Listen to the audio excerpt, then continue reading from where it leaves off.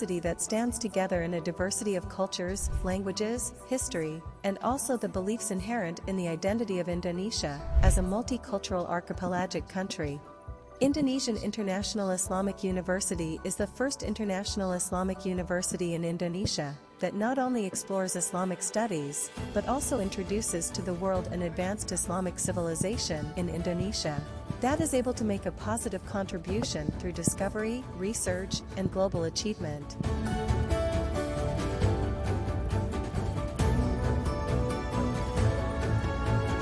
Do you need high quality of international education right here in Indonesia? The place is at the Indonesian International Islamic University, or we call it IIIU. IIIU has 4 faculties. One of them is the Faculty of Education. The Faculty of Education offers MA and PhD in education with 4 concentrations. First, curriculum teaching and learning. Second, educational assessment and evaluation.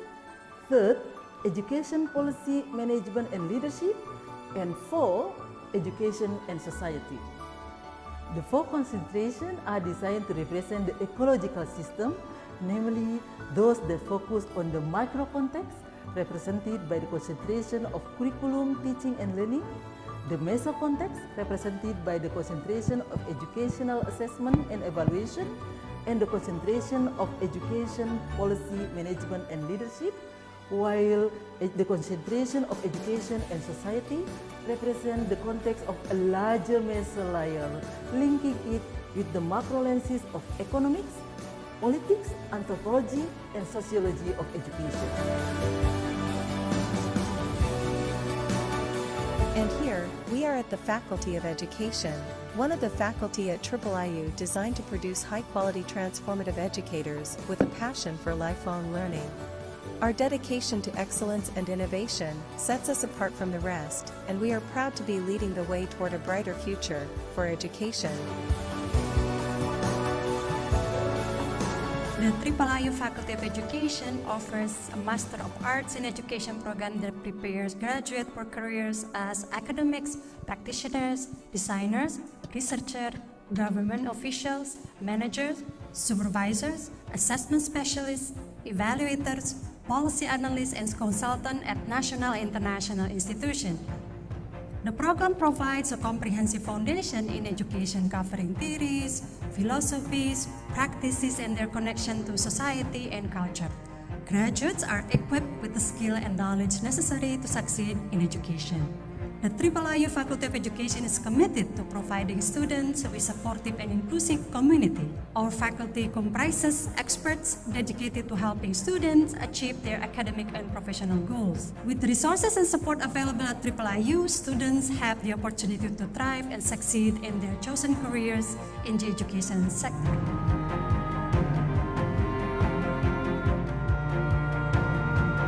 The Faculty of Education is filled with experts and globally recognized lecturers who are able to share their passion, story, journey, and perspective with like-minded students. Our PhD program is designed for students who are passionate about education and want to make a significant contribution to the field. Our faculty members are experts in their respective areas of research, and our program provides students with the analytical tools and resources they need to conduct groundbreaking research and participate in global discussion. Our application process is highly competitive, but we encourage all qualified students.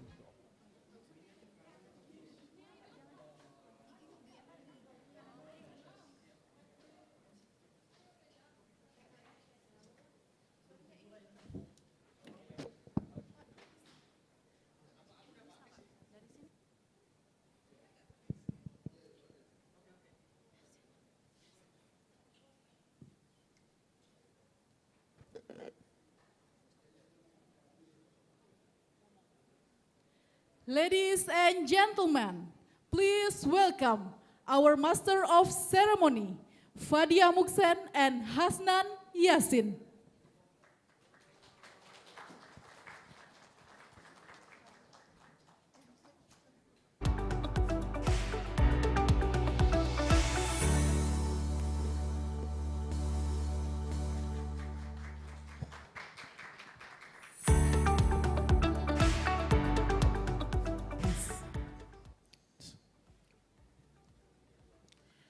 Bismillahirrahmanirrahim. Assalamualaikum warahmatullahi wabarakatuh. I am Fadia Muksen. And I am Hasnan Yassin. We are PhD students of the Faculty of Education, and we will be the master of ceremony of this conference. Ladies and gentlemen, welcome to the second annual conference of the Faculty of Education 2023 at Indonesian International Islamic University.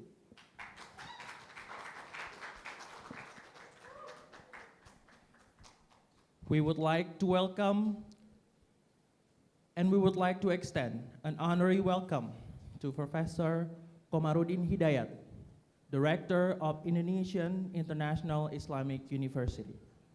Professor Nina Nurmila, the Dean of the Faculty of Education of Indonesian International Islamic University. Professor Dian Mashita, the Dean of the Faculty of Business and Economics of Indonesian International Islamic University. All deans of the Faculty of Education and teacher training from the Islamic higher education institution throughout Indonesia. As well as all professors, lecturers, students, and conference participants. Ladies and gentlemen, today is a very significant day as we gather here to participate in the second annual conference, Faculty of Education of Indonesian International Islamic University, which will be conducted annually thereafter. The theme for the second annual conference of the Faculty of Education 2023 is Educational Policy and Management in the Muslim Societies, addressing contemporary issues on administration in education to move forward. Before we get started on this event, allow us to read the agenda list. The first agenda, singing the Indonesian national anthem and the March of Indonesian International Islamic University. The second agenda is welcoming speech from the Dean of the Faculty of Education of Indonesian International Islamic University. The next agenda will be welcoming remarks from the Rector of Indonesian International Islamic University.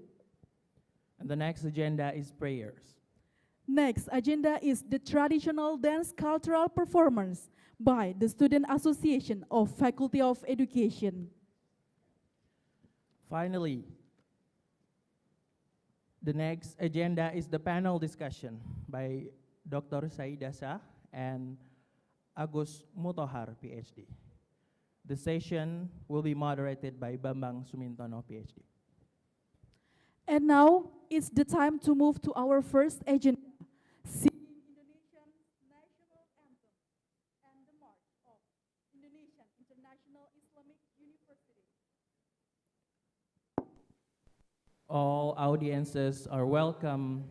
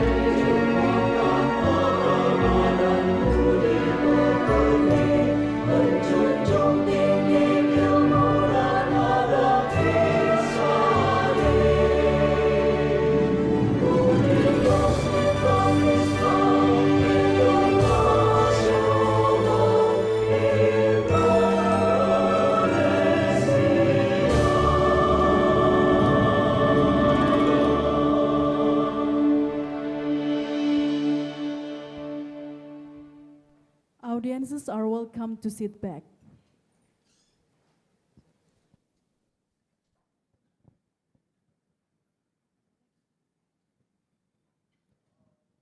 It is now our pleasure to invite Professor Nina Nurmila, the Dean of the Faculty of Education of Indonesian International Islamic University, for a welcoming speech. Professor Nina, the floor is yours.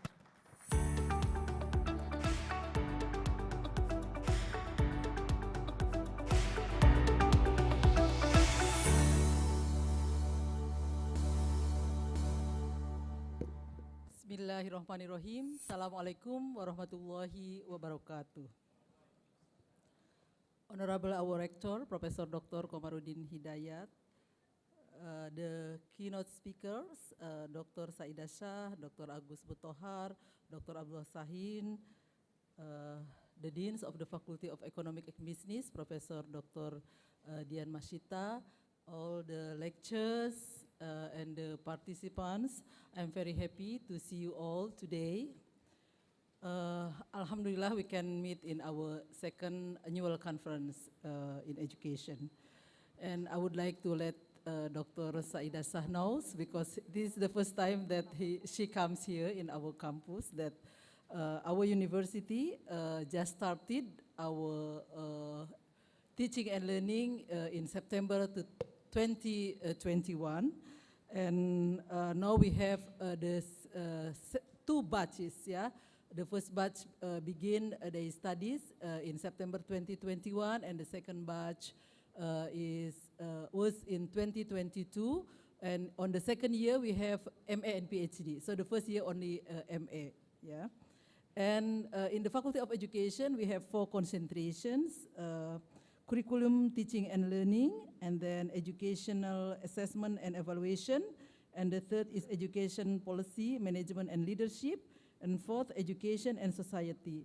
And our first annual conference, which was also one of our speakers is Dr. Abdullah Sahin, was under the theme education and society. And in our second year, which is today, we organized the conference under the theme Education Policy, Management and Leadership.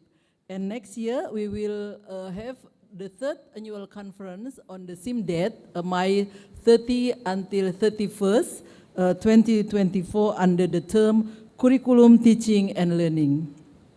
And I hope all of you participation next year also. So the aims of this conference is to facilitate the scholars, both junior and seniors, to exchange or present their research findings, and also to build networking. Yeah, and in addition, actually, the paper submitted to our conference is intended to be published in our baby journals. Here is Muslim Education Review. So we have published twice, and we plan to publish the third edition in June, so next month, yeah. And what we have today, I mean, the papers that we published in MER, the majority of the paper was published from our writing competition. So we provided award for the best paper in the writing competition. But based on our evaluation, we received more papers during the writing competition rather than from the conference. So based on that evaluation, we provide the award for the best paper submitted for the this annual conference that we will give this late afternoon. Yeah, so please come to our early dinner today. That's the occasion that we will give the award to the best papers. Yeah? And this year, we received 19 papers and selected 15 papers, which come from 4 countries, UK, Gambia, Malaysia, and Indonesia. All of this shows that we need to enlarge or broaden our networks in order to receive more papers from various different countries. Finally, I would like to thank our rectors, the deans, head of units, head of the study programs, lectures, students, our staff, and all the participants who come today. Yeah. So I hope that you can gain the best experience of attending this conference. For all those who are new to this campus, please take as many photos as possible for you to be posted in the social media and invite friends or relatives to apply to be the students at Triple IU. Thank you very much. Assalamualaikum warahmatullahi wabarakatuh. Thank you, Professor Nina, for the welcoming speech. It is now our pleasure to invite Professor Komarudin Hidayat, Director of Indonesian International Islamic University, for welcoming remarks. Professor Komarudin Hidayat, the floor is yours.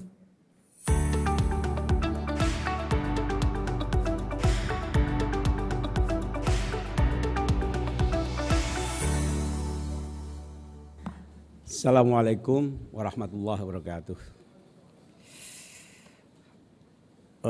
First of all, I would like to address my colleague, my respectable honorable guests.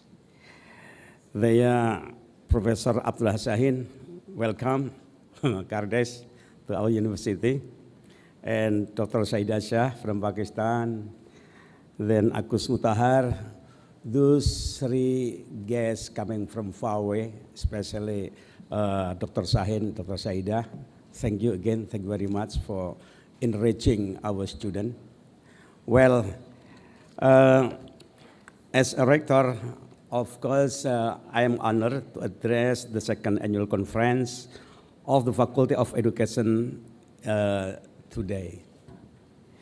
Our university is dedicated to providing a comprehensive education that encompasses knowledge, values, ethics, and social responsibility.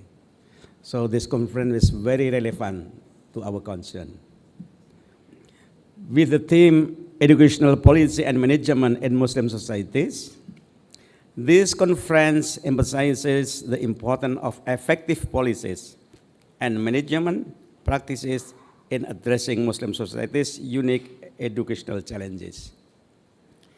I extend my heartfelt appreciation to the Dean, heads of study program, lecturers, and students for their invaluable contribution to the success of this event.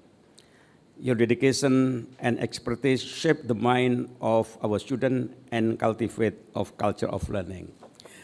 Well, ladies and gentlemen, it is used to say that now we are living in such uncertain situation, always in a changing society, which is marked by what we call VUCA, vulnerability, then uncertainty, complexity, and ambiguity and complexity, VUCA, vulnerable, uncertainty, ambiguity, and complexity. The situation that we are facing, it's very, I think,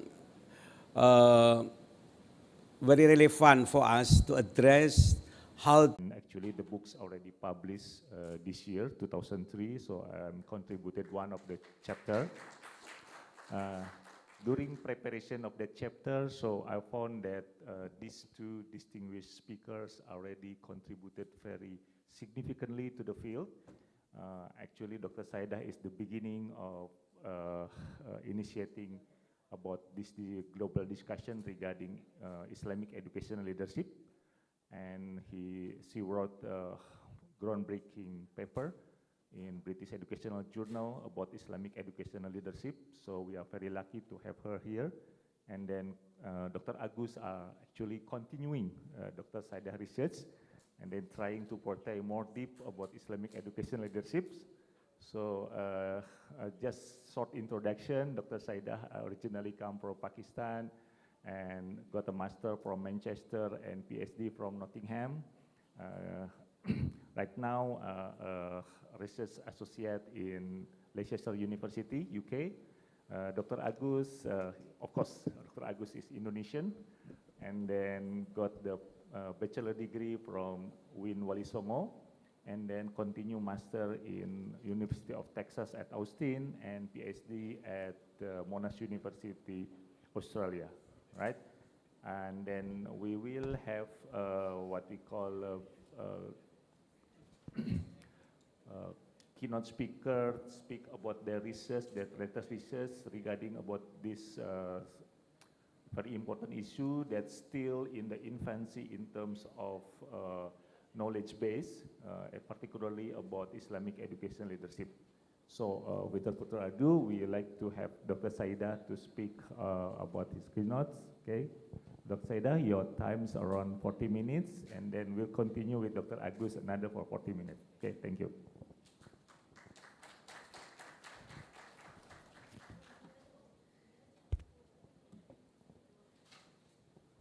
नहमदो व नसल्ली अला रसूलिहिल करीम बिस्मिल्लाहिर रहमानिर रहीम. Assalamu alaikum to Muslims, and a very good morning to everybody else.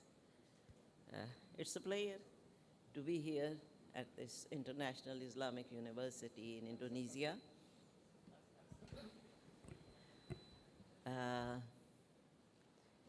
I don't know how, I mean, it is interesting to know how Professor found out about me and how he started it. Yes, I agree that when I started working in UK, I realized that everybody talked, leadership has been my passion. I have been working in leadership, and that has been my field, my specialism. But I realized that all the leadership concepts, all the leadership theories, they are developed by the Western scholars, Western academics. And nobody mentioned that there is any other concept of leadership. While this world is so diverse, we have so many faiths, so many groups, so many people, so many nationalities, people live in different ways.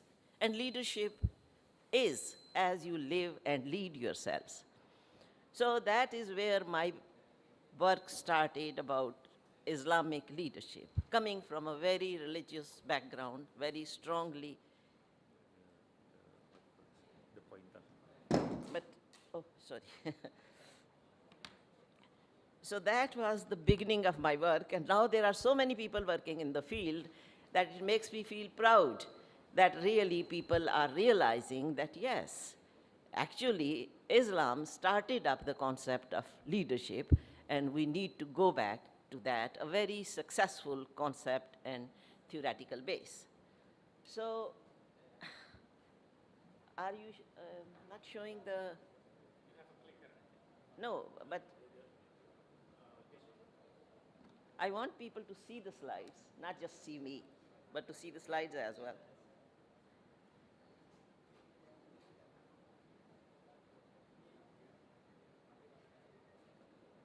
Is there any way to put up the slides there? Yeah, thank you. Thank you, that's it. Thank you. So, today's topic, as you can, oh, please, I will moderate it myself. You just put it up there. Yes, thank you, that's fine. So the topic is educational leadership and Islam, impact of belief system on conceptualizations and practices. Whatever we believe, whatever values we follow, they affect, they influence our behavior, they influence the way we live, and they influence our professional lives also. So I will be talking briefly about how our particular faith influences our concepts, particularly the concept of educational leadership. So leadership as a term simply means showing the way. That is leading, showing the way. From a sociological perspective, it is influence people, whether that is in a family, in a work environment, in a country. It is influencing people to work towards intended goals.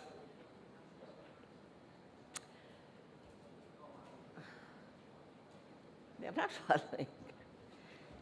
Right. Oh. Okay. So you just click this one. Go to direct. Okay. I think it works here also. Right. So I will put up the slides. I hope you can read up some of those. I will just briefly go through them. It is, leadership essentially is providing support and inspiration. That is what leadership is. Providing support, providing inspiration, and to overcome challenges. And the purpose is always innovation, development, moving forward, taking everybody with you forward.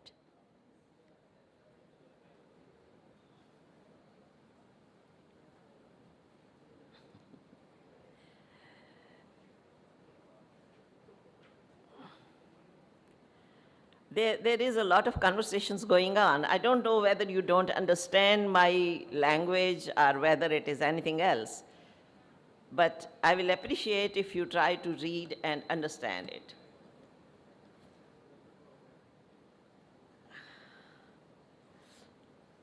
I don't know how interested people are, but this is my interest, the area of my interest. So I think that we should try to understand how significant this field is, not just for our education, not just for our institutions, but also for our lives. A lot of leadership theories in the Western literature. As I said, that when I started working in leadership area, there were a lot of theories around about leadership. You must have maybe heard about different theories. There was a book which I read in which they said that there are about 350 leadership theories around in the literature. But as most of the literature is written by Western scholars, all those theories have Western backgrounds. And as you can see, gradually the emphasis changed from, can it go back also or no?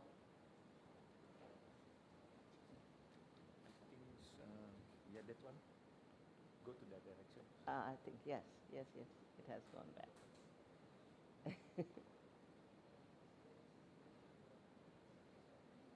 What is the problem?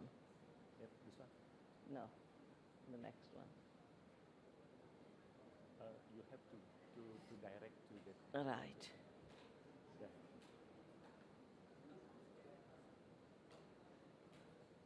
Yeah. Oh, is it okay? No, it's going Forward.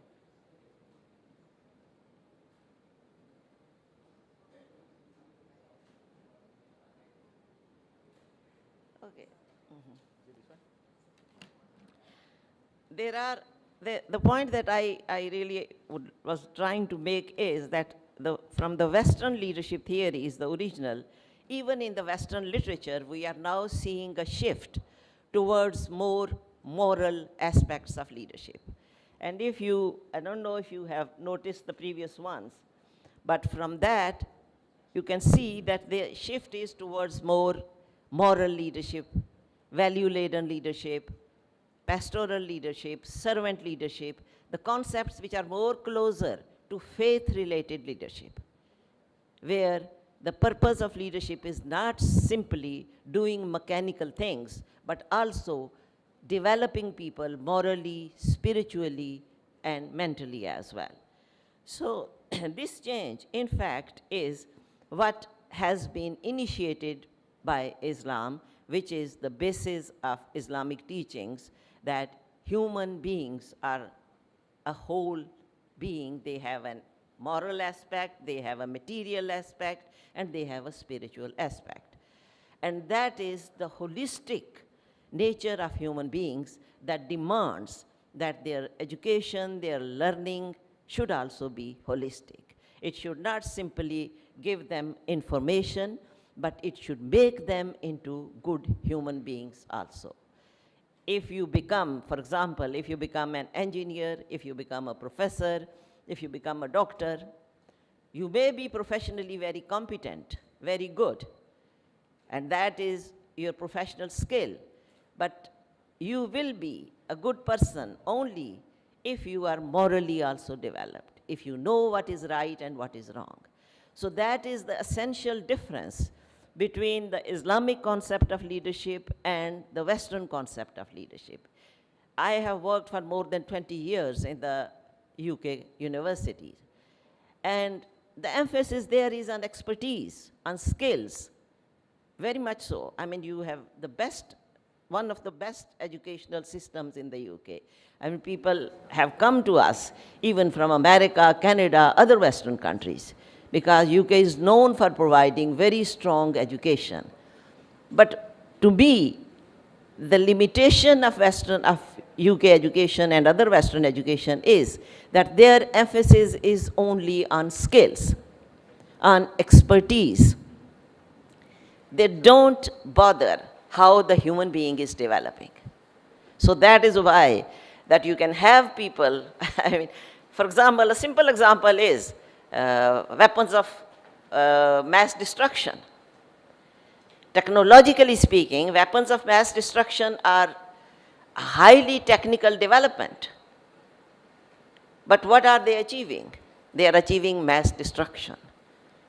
And that is morally not right. So that is when we start talking about Islamic educational systems and Islamic leadership. So leadership, essentially, my belief is that it is embedded in your value system, in your beliefs, what you believe in, what you believe to be the right things. That is which develops your concepts of leadership. That is what develops your values for leadership. There are many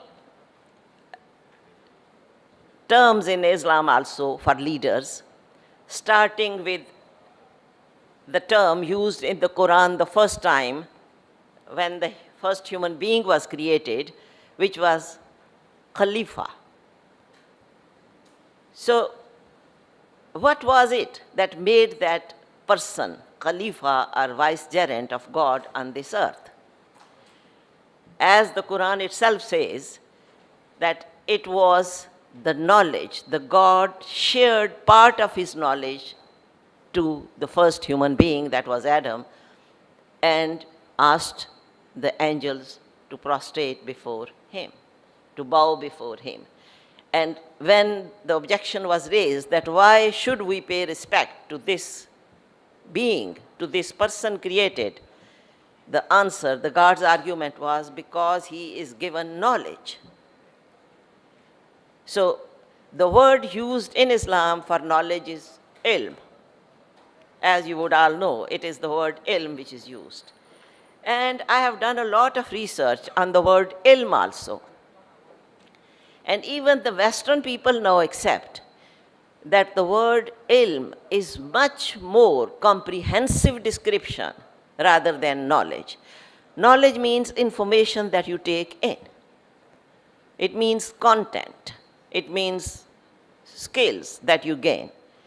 Ilm is something which changes you, which transforms you, which makes you in a higher being, where you become the vicegerent of God on the earth, where the angels bow before you, because you have made that a part of yourself.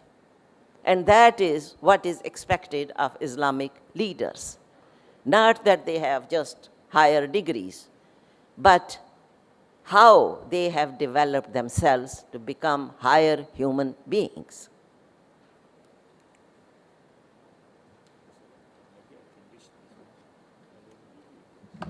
I don't think it's really working, your system is not. I've gone much further. No, next. The next one.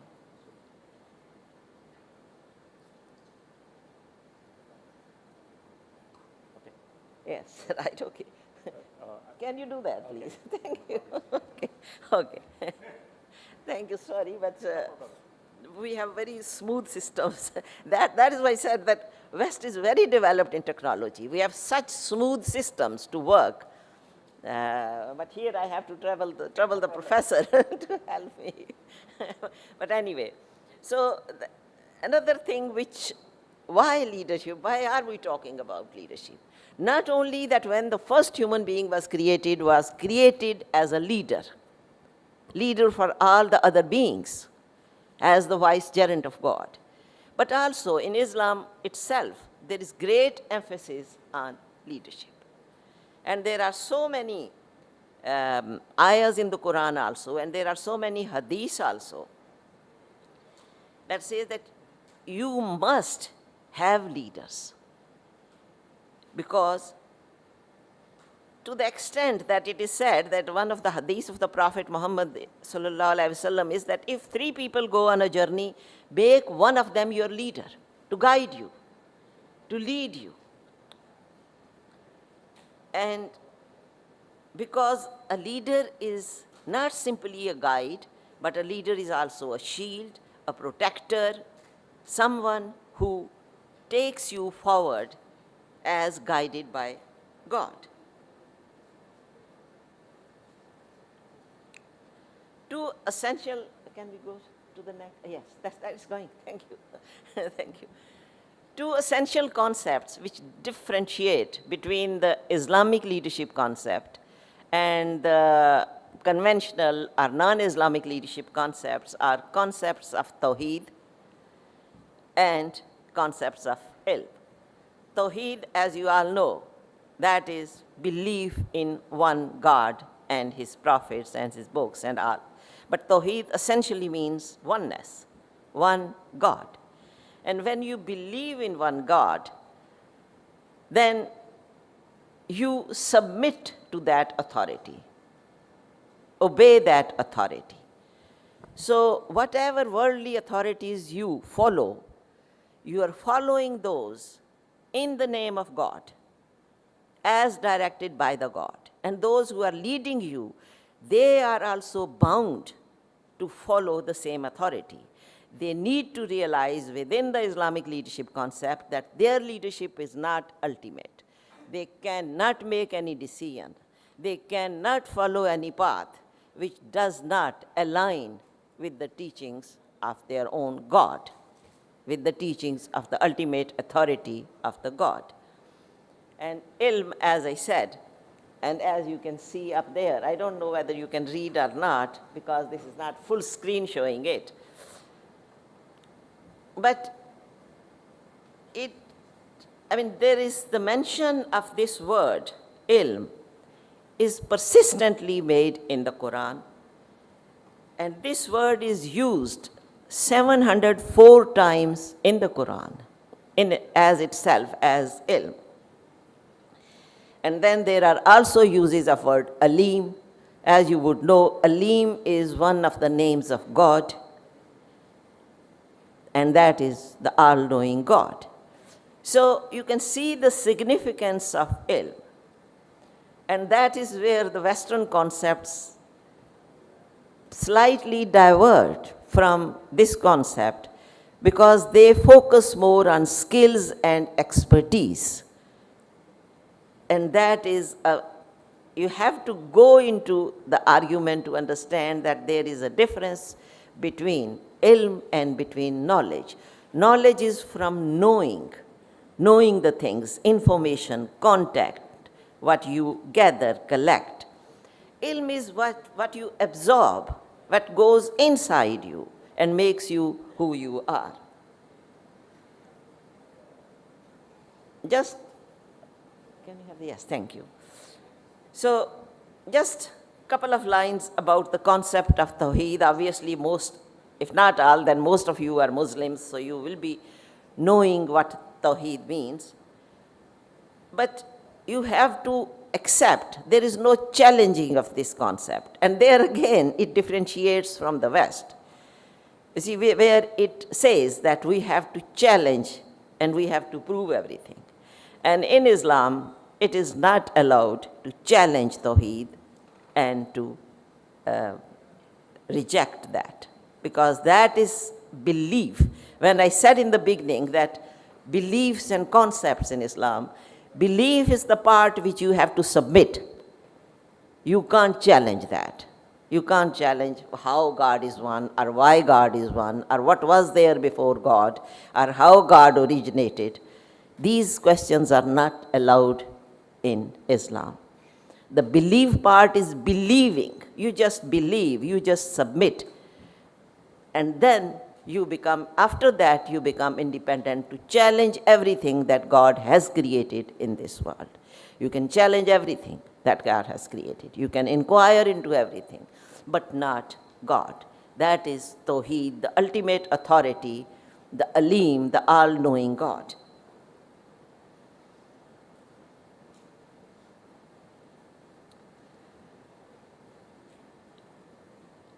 For the, have you gone to the next one? Yes, thank you.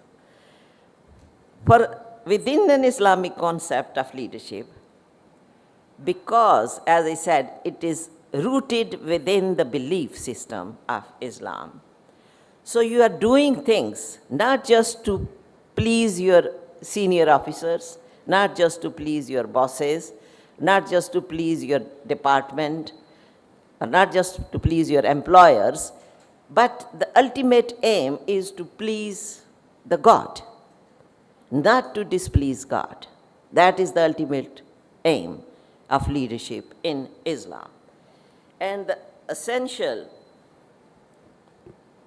stages, or what we say moral basis of that, are Iman, Taqwa, and Ihsan. So you have to understand the terms. Next one. Thank you. This is Iman in God, obviously, in the prophets, in the books. But Iman also, if you look at the second PowerPoint, second bullet point, it says Iman also implies belief in the life hereafter. That is life after death. That is a part of Islamic Iman. Not just believing only in God, in prophets, in books, in angels, in Day of Judgment, or all. Believing in the life after hereafter. That is believing in life after death. That is the essential part of also Iman. And that makes a huge difference, because whatever you are doing in this world, you see, normally, and that is another thing which I argue in the West, that their concepts and theories and their efforts are focused on life in this world, that we achieve this thing in this life, we achieve this progress, we make these things, and that is progress, that is highest development. From Islamic perspective, that is not the highest aim. The highest aim is, yes, certainly, Islam doesn't say just leave this world. Islam is strictly against it. Islam says that make effort in this life, develop yourselves, develop the people around you, achieve the things in this world, but also remember that this is just a precursor to the life, to the eternal life, the lasting life, which begins after death. So that part of life after death, which many people in the West don't believe in, that there is a life after death. So that doesn't become a part of any policy making. That how to make people, how to lead people towards a life when not only they live this life successfully, and I'm emphasizing it, I mean, living this life successfully is very important in Islam. There is no provision not to make effort, not to develop, not to progress, not to achieve things. No.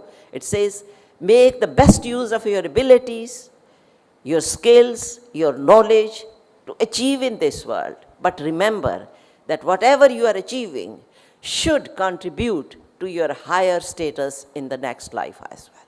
And that is where, again, it differentiates from the Western philosophies.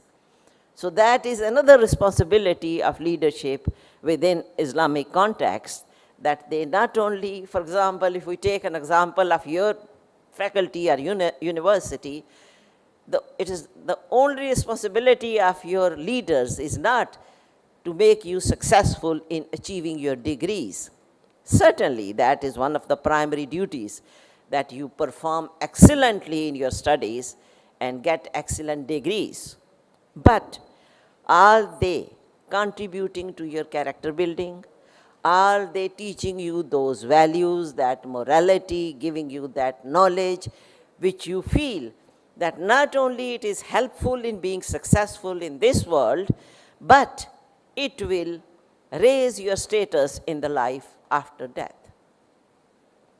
Because, I mean, you will be reading Quran also, and in Quran it is emphasized again and again that it is your character. It is the righteousness, doing the right things. Indallaha akramakum atkakum. Those people are of higher status in the eyes of God who walk on the righteous way. So are the educational leaders teaching you to move on to the righteous path? That is another responsibility.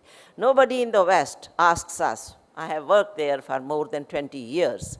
Nobody asks us, are you teaching your students the right things, moving on the right path, doing the moral things? You can't, because if you try to do that, sometimes there are objections that you are interfering in their personal lives. You have no right to tell them what to do morally and what to do rightly. You are only to teach them the knowledge, the content, and that is knowledge. That is not ilm. That is knowledge. Give them content so you can succeed in their degrees, they can get their degrees. But whether they are becoming good human beings, nobody is bothered. Nobody is expecting you to do that. And next one, please. Sorry. Next one is taqwa. Taqwa has many meanings in Arabic. You will be knowing that it has so many meanings. But one simple, broad-based meaning is righteousness, doing the right things. I mean, it is fearing the God, it is doing the right things, it is following the teachings of the Prophet, but essentially, broadly speaking, it is righteousness. Doing the things which are right in the eyes of the Prophet and right declared by God himself, because he is the all-knowing. We know, we believe, not just know, but we believe that God is all-knowing. And we believe that when God says something to us through the Quran, we have to follow that. That is the right path. So that is the way to taqwa, and that is not just the way to be successful in this world, but to be successful in the other life as well. If you read the second bullet, oh sorry, it has disappeared. The electricity is not stable enough. All right, yeah. If you look at the second bullet point, the second one, it says, taqwa is the all-encompassing inner consciousness of duty towards God. You do the right things. Nobody, for example, take a simple example of fasting. Who knows whether you are fasting or not? If you eat something, go into your own room, eat something, or drink water or something, nobody will know. You can do that. Who will know whether you are doing your 5-time prayers or not? Nobody knows. You can't. I mean, if you don't want to, you can't. But there is one being which knows everything that you are doing, and that is the God, the all-knowing God. He knows whether you are fasting or not. He knows whether you are doing prayers or not. So, taqwa is that aspect, that awareness, that consciousness that we have a duty towards God, not just towards people, but towards God also, and we are accountable to him. You see, when education inspectors come in the UK, and they have a regular system, very, very strong system of inspections. They schools, universities, colleges, they have very strong inspection systems. They are constantly improving and making them very effective. They inspect their performance, how they are teaching, what are the teaching outcomes, how the students are performing. Well, good systems working for them, giving people information, the expertise that they require for their degrees, for their employment, future employment. But as I have been saying, there is no way there to judge how those people are developing as human beings. But when you know that there is an all-seeing God, seeing everything, all-knowing God who knows everything, whether you do it privately, whether you are doing it inside your homes, or whether you are just thinking about it in your minds, then that is something which makes you accountable. And that's why even in the West I say to my students that accountability is not when you are answerable to others. Accountability is when you are answerable, if not to a God, then at least to your own self. When you tell a lie, can you look to your own self and can you feel satisfied? Don't you feel guilty that you have lied? Don't you feel guilty that you have hurt somebody? So that is, at least as human beings, if not as Muslims, as human beings, we need to teach our students that it is very, very important, even if they are not Muslims and they don't feel accountable to God, that they should be accountable to their own selves, to whatever they are, if whatever they are doing, is that the righteous thing. And you see, that makes the role of educational leaders very complex, very challenging. So it doesn't put any limits on what they are expected to do. I mean, you may be a very good teacher, but are you also a good person who is making others also to become good? And that is what is the challenge for leaders.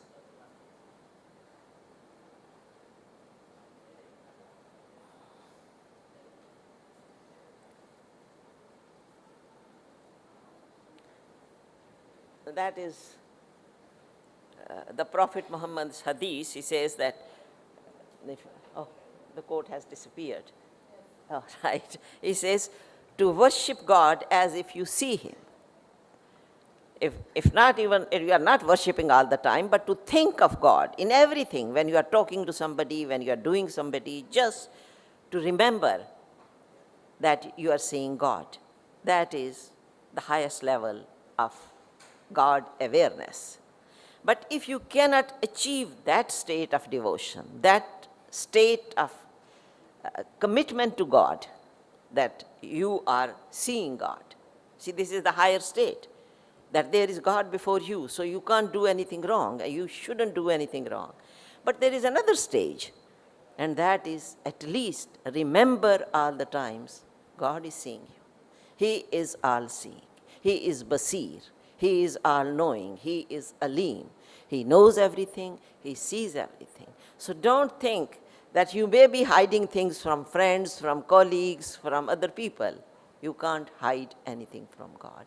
And once you become strong on that yes, I know that I can't hide anything from God and I am answerable for everything, then you will be judging yourself. You will be teaching your own self. And that is the highest level of learning from your own self. I can teach you something and I might go out and you might forget everything that I have taught you. But when you start thinking and learning that yourself, self-learning, you never forget. You never forget what you have learned yourself. Another very important concept which is often used in Islam about leadership is, it is not a job. It is not a job, it is amana. It is a trust. Leadership. And that's why that in early Islam, there was no salaries for the teachers. And I'm not saying that teachers shouldn't be getting salaries now, but what I'm saying is the essential concept between leadership is that it is something which God has entrusted you with. God has given you a mana, given you a trust to serve humanity, to guide people, to lead people toward the right things. So that is the word amana as in its meaning. It is responsibility. I mean, responsibility is a word which is very strongly used in Western leadership literature. This responsibility, this responsibility, this is a whole line of responsibilities, whole long list of responsibilities. And generally, when there are reviews, your performance reviews, they tick against everything, how you have done your responsibilities, how you have done your tasks. So that is a responsibility. But this aspect of trust is missing there, because you know that if you can show on the paper that you have done this, this, you are fine. Your review is fine. If you say that your students have passed, okay, it's fine. Or if you say that you have done all your administrative work, or you have done your research outputs, or you have published papers, okay, fine. You have done your job. Because it is a job in the West. The leadership is a job, teaching is a job. So you have done your job, you have done the specifications of the job, you're fine. But when it is a trust, then it is that have you really fulfilled the spirit of that responsibility? Have you really done what is expected from you? If you read the, oh, it has disappeared from there again. Yes. If you read the last quote, that is an ayah from Surah Ahzab. A very interesting ayah. There is a lot of discussion and debate on that, where God says, we did indeed offer the trust to the heavens and the earth, trust of leadership. We did offer it to the heavens and the earth and mountains, but they refused to undertake it, being afraid thereof. And this was fear of failing to perform that responsibility. So, being afraid thereof, but man undertook it. And the next line is very interesting and very controversial. He was indeed unjust and foolish. Man undertook the leadership responsibility. He was indeed unjust and foolish. And that is God saying it, Surah Ahzab. Why was he unjust and foolish? He took a responsibility of leadership. He took the trust of leadership, took the amana of leadership, and God says, he was indeed, and indeed is for emphasis. Wherever indeed is used in Quran, it is for emphasizing something. Definitely, he was unjust and foolish. Can we go to the next one, please? The next will explain why he was unjust and foolish. Unjust and foolish are ignorant because they don't realize how great the responsibility is.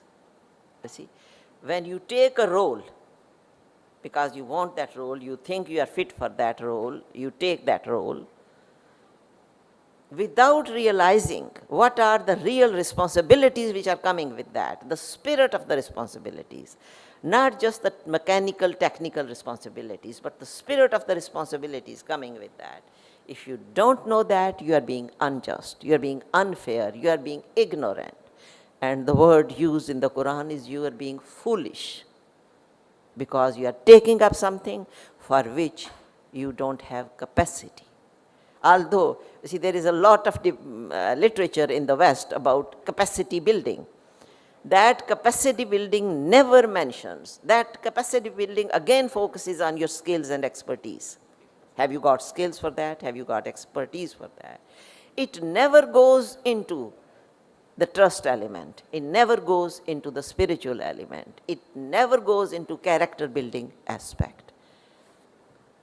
They are, if you look at the second one, they are ignorant fools. You see, very harsh words from God. They are ignorant fools because the fools hold themselves as responsible to no one. They think they are not responsible. And this no one is specific reference to God. You can deceive a human being. I mean, you can hide things, and may not use word deceive, but you can hide things from your boss. You can hide things from your colleagues. If you do something wrong, or maybe if you do something not efficiently enough, you can hide it from worldly eyes of the people, no matter how strong experts they are. But there is that one person, that is one being there, from whom you can't hide anything. You can't hide. And if you think you can hide from him, the God, you are ignorant fool. That is a very simple argument, but do think about that ayah of Surah Azab, why God says that they are human beings. When they accepted leadership, they were being unjust and foolish. Can we go to the next one, please? Yes, thank you. So, a holistic role. Leadership in Islam is a holistic role. Basic aim is doing good, as you see I hope I don't go beyond the time. Still you have 10 minutes. Okay. So, basic aim is doing good. Remember, you need to remember that the aim of leadership in Islam is doing good, serving the humanity and guiding them to the way of God, to the eternal betterment of here and hereafter. And never God says that you should just focus on the life after death. Here comes first, this life, betterment of here and hereafter, betterment of this life and the life after death. And obviously, the ultimate model of leadership for the Muslims is the Prophet Muhammad. As in the last line, which is again an ayah from the Quran, God says, and verily the best model for you is the Holy Prophet.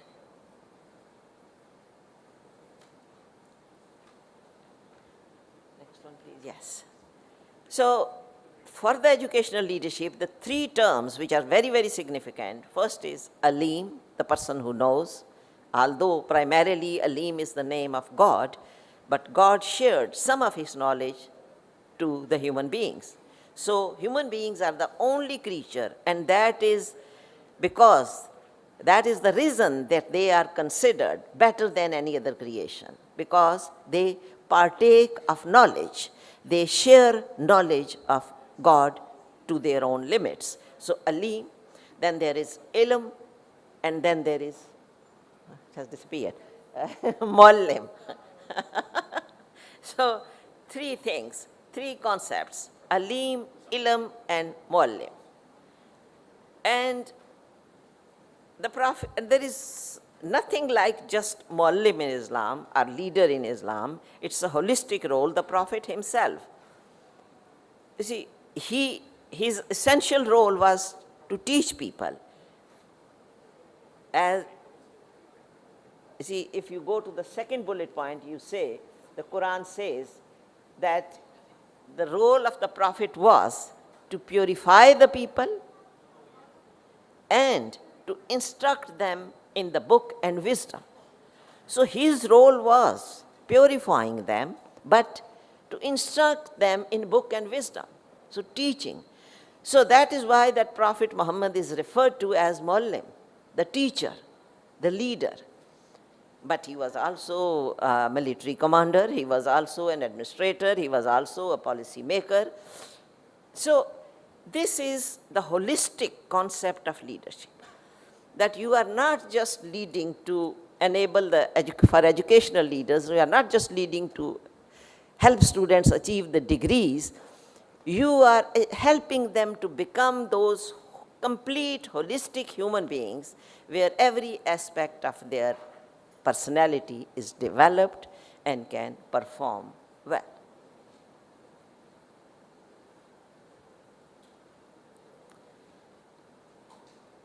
I think I'll skip this one because we don't have much time. I think I have talked about ilm, so maybe we can skip some. Another important thing which we need to discuss essentially with reference to ilm and leadership is that in Islam, there is no ilm without amal. There is no knowledge without practice. If you are not practicing on your knowledge, you are illiterate, you are ignorant, you don't know anything, you have no knowledge. So that is a duo. Ilm must have the other aspect of amal to be complete. If you have knowledge and you don't act on that knowledge, you don't benefit yourself and you don't help others benefit from that knowledge. And benefit doesn't mean just getting money. Benefit means in developing yourself completely, cohesively, then you are not a knowing person. You cannot be a sharer of that ilm which the alim gave to human beings. So, people of knowledge, but at the same time, of amal. If you teach others to do something and you don't do it yourself, nobody will follow you. Nobody will act upon that. So the reason that the Holy Prophet changed the whole of Arabia in such a short time was because of his amal. I mean, that was not an age of multimedia that he could go everywhere and teach people. It was his amal, his practice, which people heard about and they changed.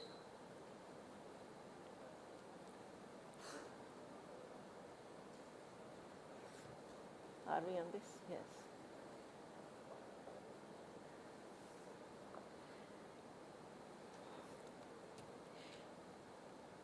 Amal is something which, you see, there is a concept of self, of nafs in Islam. Not just the human being who is the physical human being, but there is a nafs inside you. There is a self inside you. And the whole purpose of education, the whole purpose of learning is to develop that self, that inner self, that nafs which is there inside you. Develop that, and then if you develop that, in the eyes of God, you may have 4, 5, 6 PhDs. They don't matter for God. They don't matter for your life after death. But how all that knowledge has improved your nafs, have given you control over your nafs, that is what will raise you to higher status. And nobody is, I mean, even the Holy Prophet has to spend 40 years in the Ghar-e Hira to develop himself, to raise to the level where he was made into a prophet. Nobody is complete at the start. It is a learning process. It is an ongoing learning process. This is an effort with your own self, with your own nafs.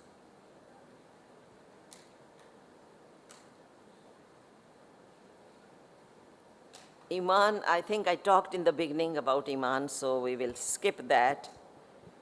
But Iman is a part of, you see, it is again a condition, something connected with knowledge.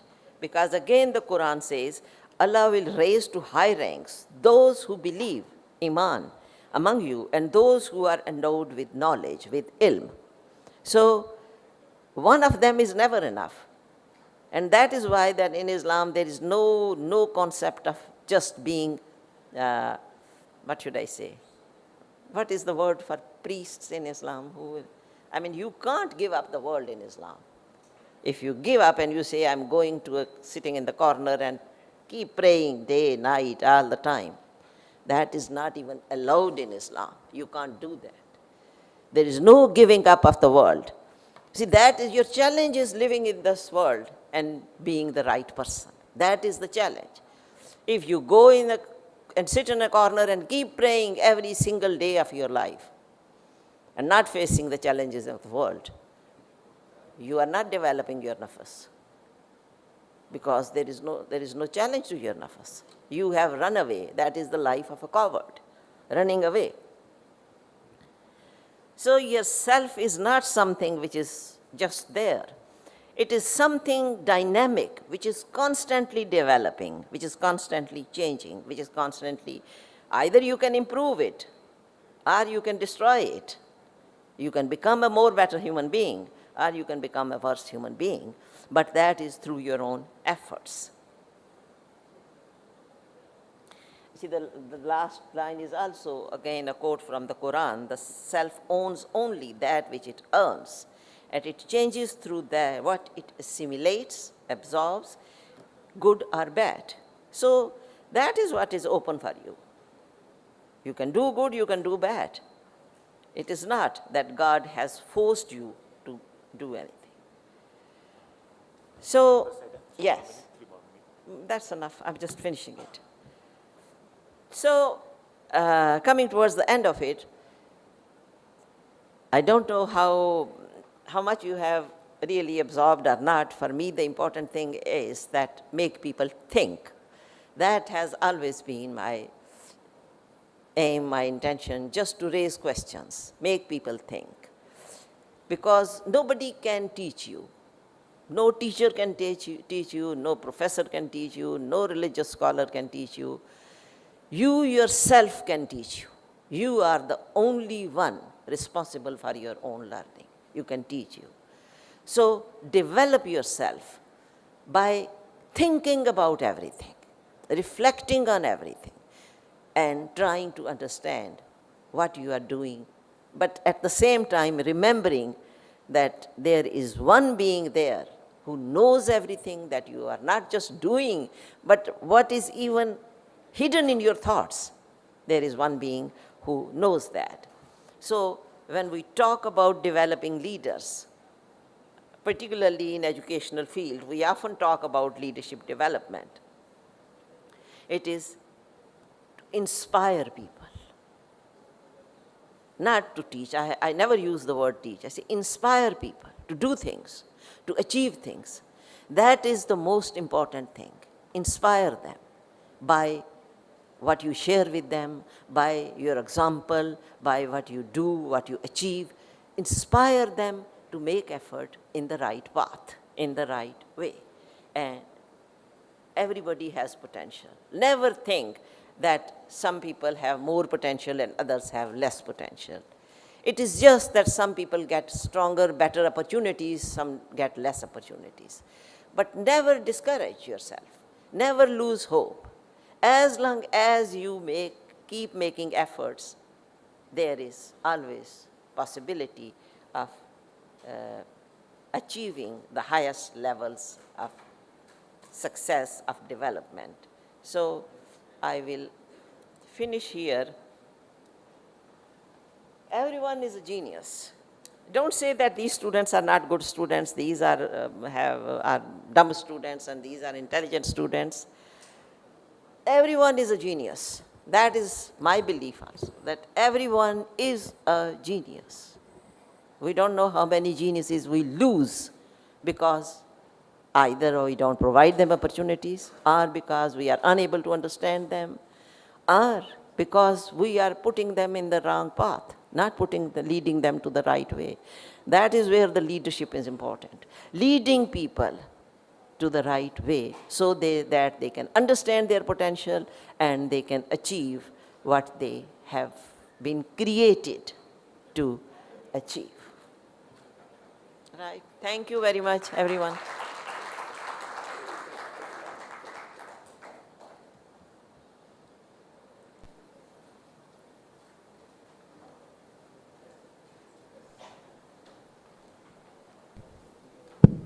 Test. Okay, thank you very much, Dr. Saida, for very inspiring keynote speaker. And then if you have any question, comment, please hold on, and then we have a second keynote speaker, Dr. Agus Mutohar from UIN Wali Songo State Islamic University, Semarang. Okay, right, Dr. Agus, floor is yours.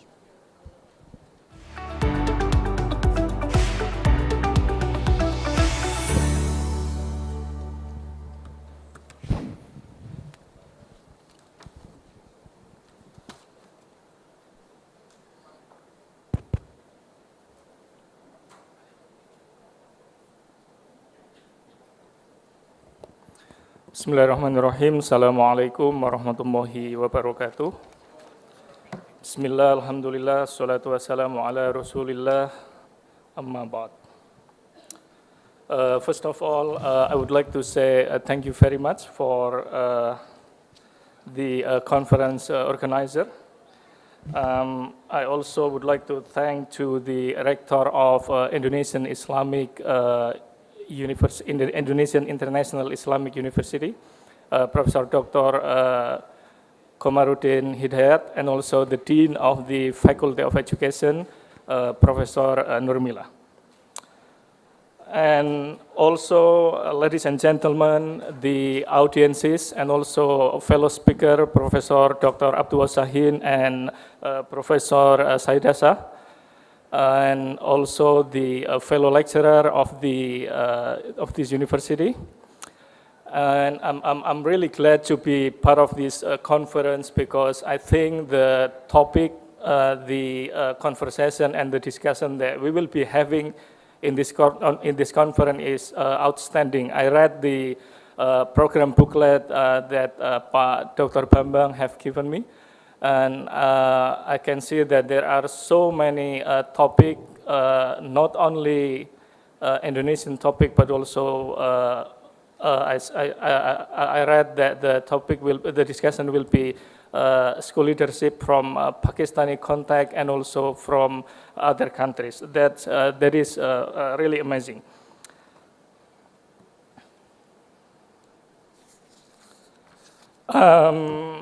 First. So this morning I would like to present two things. Number one is our current topic on Islam and school leadership in relation to socio-religious factor that we have been conducting. So I have been involved in a 5 years project funded by Australian government, the Department of Foreign Affairs and Trade,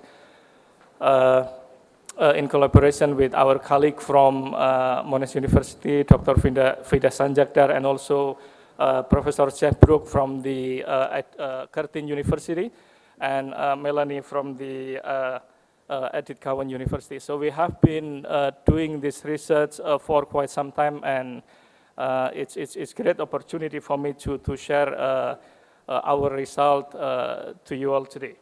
And for the second one, I would like to extend our research into creating socially and religiously relevant leadership contact in Indonesian school.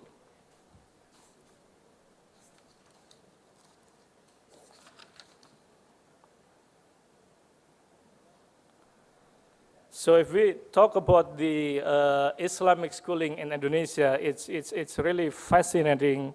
It has been mentioned in so many literature. It's really complex, and it's really hard to understand, because we have such complexity in Indonesia. Now we have 203 million Muslim population, and we have 340,000 schools in Indonesia. And out of that 340 million school, we have more than 86,000 Islamic schools in Indonesia, associated with government school, associated with some Islamic organization like Nahdlatul Ulama, Muhammadiyah, Nahdlatul Watan. So it's really complex to understand those the Islamic education that we have in Indonesia. We have such a huge number of Islamic schools in Indonesia. It's like, in terms of the education system, we are currently number 4, the biggest education system in the world after China, US, and also India. So it's really amazing to understand and to study the Islamic education in Indonesia compared to Professor Sahin and Professor Saidasa. In England, they have only, I think, 32,000 schools. And here we have 340,000 educational institutions. So it's really complex. And if you are not familiar with the Indonesian education system, we are having a dual management system under the Ministry of Education, Research, Culture, and Technology, who is managing and overseeing the non-sectarian school, like the state school. And also we have the Ministry of Religious Affairs, who is responsible for the religious school, like Islamic school, Christian school, and other religious school. And going into my study, we have been learning that in Indonesia we have one challenge. That is the ongoing contestation of association of Islamic school with the fundamentalism. So we are learning from the field that some school in Indonesia, we still teach fundamentalism in nature.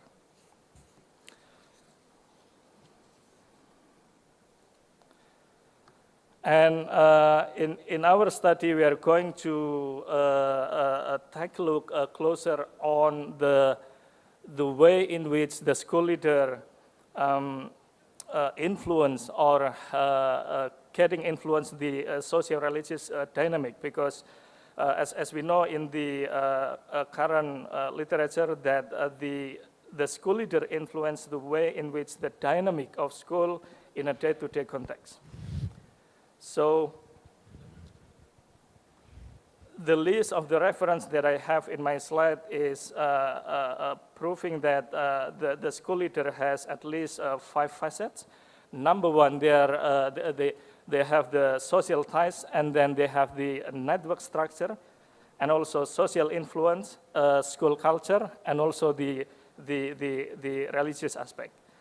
And those elements emerge and exercise school leader and also build the nurturing school culture through forging social ties, shaping network, and gaining social influence. So this is the background of our study, that the within the school leadership, they have been influenced, or they have influenced the socio and religious dynamic in the school in a day-to-day context. And for our research, we are going to answer, and we were interested in how the principle, number one is how to personal socio-religious dynamic influence Islamic principle, leadership, belief, and behavior. And in the second research question is how to contextual socio-religious dynamic influence leadership practice, Islamic school principle. So basically, we were interested in how a principle influence or are influenced by this dynamic, by looking at the attention to commonly neglected aspect of their life and socio-religious dynamic. And for our study, we were doing a case study in 20 private Islamic schools in Central Java. And we were using the semi-structure and then semi-structure individual interviews of the school leader, and then observation and document collection for our data collection. And we were using inductive and iterative thematic coding.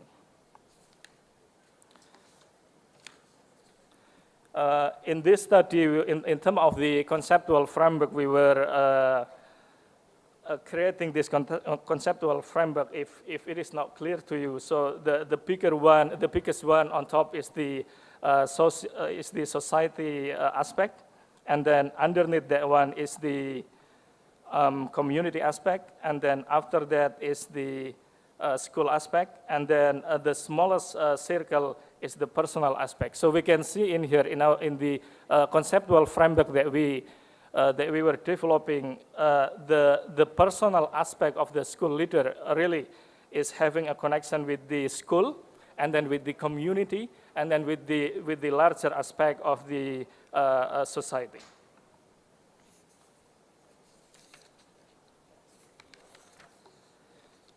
And then the finding for the our study, as I mentioned before, that the characteristic and the trend of the Indonesian Islamic school is not monotonous and it's not dichotomous.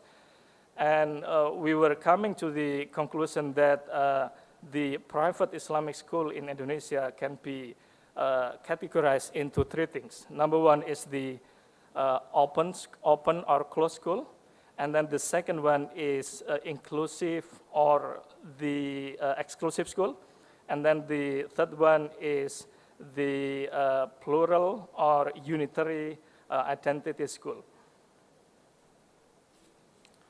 I'm going to elaborate after this. So to understand this complexity, we were trying to create the continua to understand the Indonesian Islamic school leadership. The right one will be conservative leadership, and then the left one will be progressive leadership. So for the progressive leadership, we were categorizing that the school is open, and then the school is inclusive, and then the school is plural. On the right hand, for the conservative leadership, is the school is more closed, and then the school is exclusive, and then school is the unitary.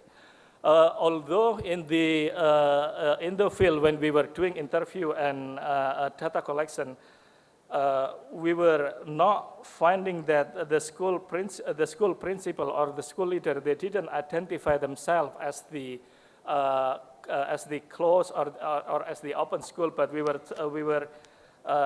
were trying to put them in this categorization to understand more the framework of the Indonesian Islamic school leadership in Indonesia. Okay, I'm going to go over one by one the category. I'm going to start with the open and closed category. So we were finding in the field that the open school leadership, they are pulled. What I mean by pull here is like they are trying to engage, they are trying to invite communities, they are trying to invite organizations, they are trying to invite other people coming to the school. So principal, they have extensive understanding of the community, and they maintain the school as an open door, and they welcome community. And the second one, they are pulling community into school and showed the community how accessible, how open the school is. And then I'm going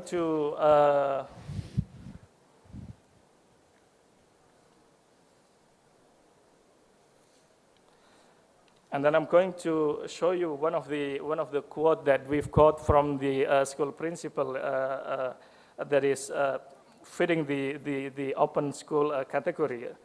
One of the school principals said that there was a stigma that existed in the wider community that our school is like an ivory tower. However, we opened to the community. We were having a competition. So the school principal in this quote, they're trying to engage. They are trying to invite community to the school by having the school competition. And then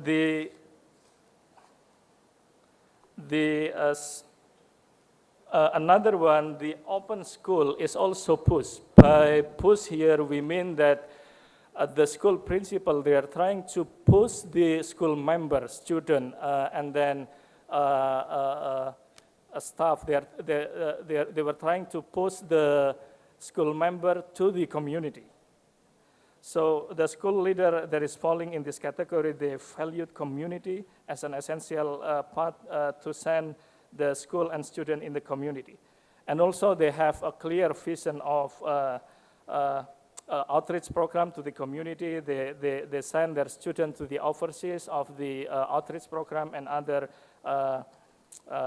pushing initiative of their school member to the community.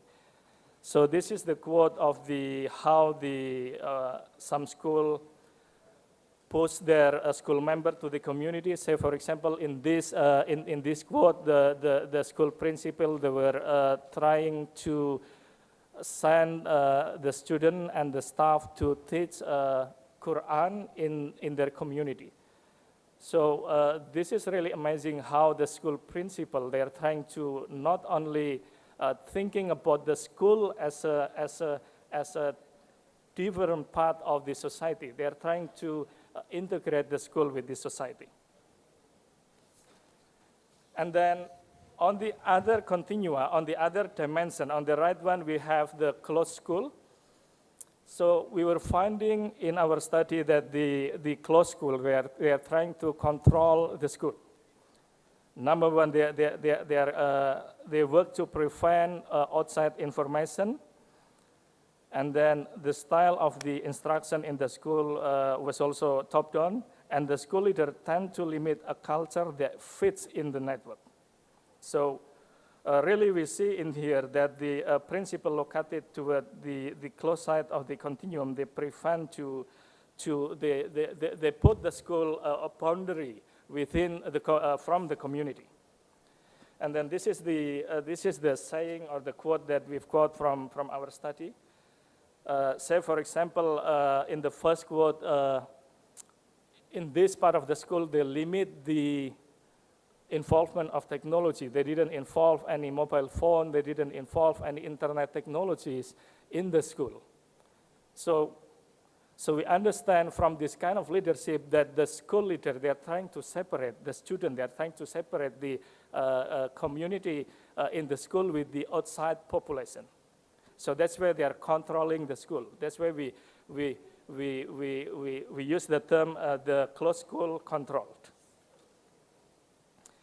And then the second continua, inclusive and exclusive school.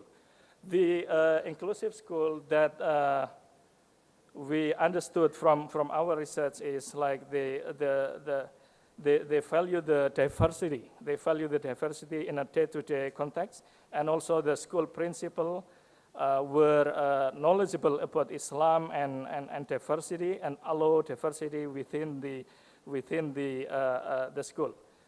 And the school also tend to engage in society and diverse community. And also the school leader tend to hire teacher and staff from different background.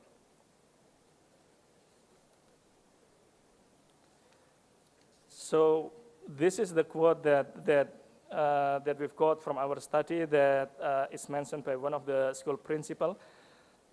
So in here, located next to this school, there is a Catholic family.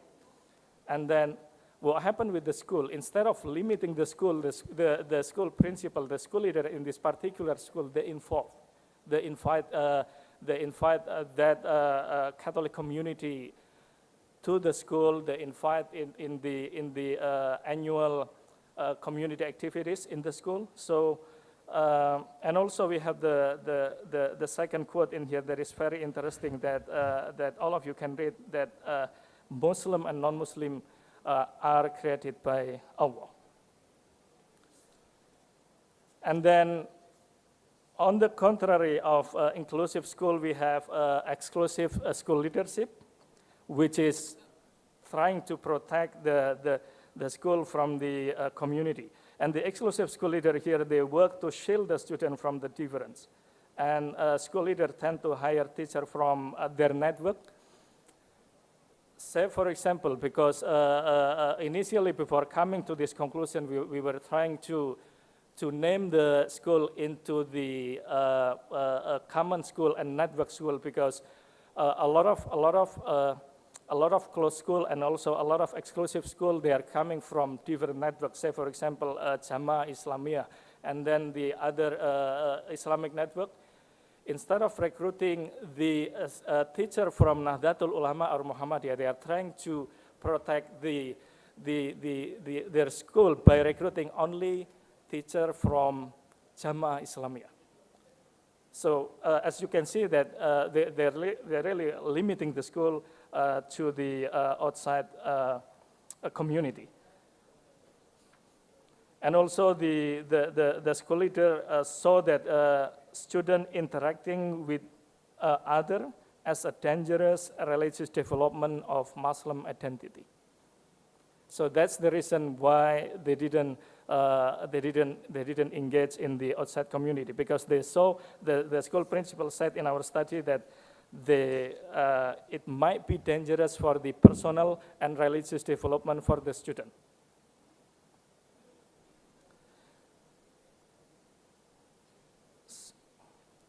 So this is the quote from the exclusive school. They keep saying they have the bad conception about the other, like they said that the other religion have different agenda, right? So if they invite other community to the school, say for example, they invite the Christian student to the school to have the interfaith discussion, they would see this one as a dangerous toward the student development. So this is the difference between the inclusive and exclusive school. And then the last continua that we came into the conclusion in our study was was a plural school blended. We were coming to the plural and unitary. Number one, in this categorization, we saw that the school taught civic responsibilities and nationalities. This kind of leadership also incorporated local stories and also legend and other local culture in the school. And also the school leader tend to expose curricular opportunities to learn about different culture and ways of being and ways of thinking in the day-to-day schooling. And this is the quote that we got from one of the school leaders. So being peaceful with the government and is obeying the government regulation. Student must follow teacher and obey the school rule. And then in here we can see that the school celebrate the national activities. They celebrate the nationalities. They are trying to put nationalities in the day-to-day schooling activities. On the other hand, for the unitary categorization of our research, a unitary school refined. So on the contrary to the plural school, we can see that the school leader in this categorization, they are trying to develop and attain Muslim identity.